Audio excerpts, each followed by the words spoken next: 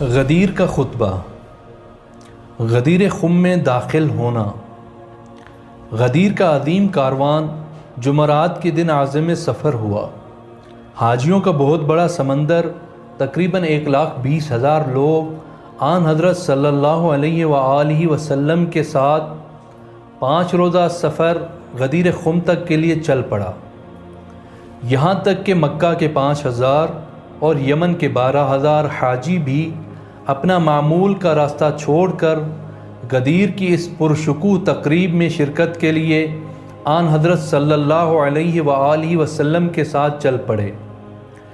پیغمبر اکرم صلی اللہ علیہ وآلہ وسلم کا حکم تھا کہ مکہ میں کوئی حاجی نہ رہے، یوں سارے حاجی تاریخ اسلامی کی اس عظیم اور پرشکوہ تقریب میں شرکت کے لیے عازم غدیر ہوئے۔ حج کے کاروان اسی راستے سے دوبارہ پلٹ رہے تھے جہاں سے وہ مکہ پہنچے تھے۔ مکہ سے نکلنے کے بعد سیرف کے مقام پر پہنچے اور پھر مرز الزہران سے ہوتے ہوئے عسفان اور قدید پہنچے۔ آخر کار جحفہ کے نزدیک ہوئے، جس کے پاس ہی غدیر خم واقع تھا۔ ذی الحجہ کی 18ویں تاریخ پیر کے دن تقریباً ظہر کے قریب غدیر خم پہنچے۔ اس مقام پر پہنچتے ہی آن حضرت صلی اللہ علیہ وآلہ وسلم دائیں طرف غدیر خم کی جانب چل پڑے اور فرمایا، ایھا الناس اجیبوا داعی اللہ انا رسول اللہ۔ اے لوگو، خدا کی طرف بلانے والے کی آواز پر لبیک کہو، میں اللہ کا رسول ہوں۔ رسول اکرم صلی اللہ علیہ وآلہ وسلم کا یہ کہنا اس بات کی طرف اشارہ تھا کہ ایک اہم پیغام کو پہنچانے کا وقت آن پہنچا ہے، لہذا منادی کو حکم دیا کہ وہ اعلان کرے کہ سارے لوگ ٹھہر جائیں، اور جو لوگ آگے نکل چکے ہیں پلٹ کر آئیں، اور جو لوگ پیچھے سے آ رہے ہیں رک جائیں، تاکہ لوگ آہستہ آہستہ اس مقام پر جمع ہو سکیں۔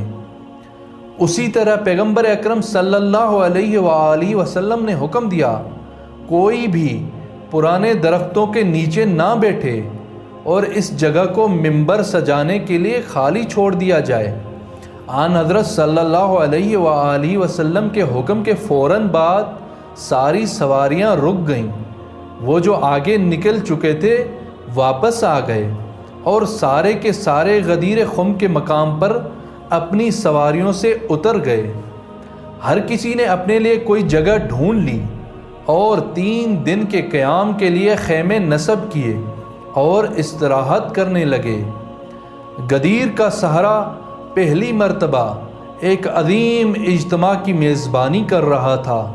5 مقدس اور معصوم ہستیوں، جن میں پیغمبر اکرم صلی اللہ علیہ وآلہ وسلم، امیر المومنین علی ابن ابی طالب، حضرت زہرا سلام اللہ علیہا، حضرت امام حسن علیہ السلام اور حضرت امام حسین علیہ السلام کی موجودگی نے اجتماع کی عظمت کو 4 چاند لگا دیے تھے۔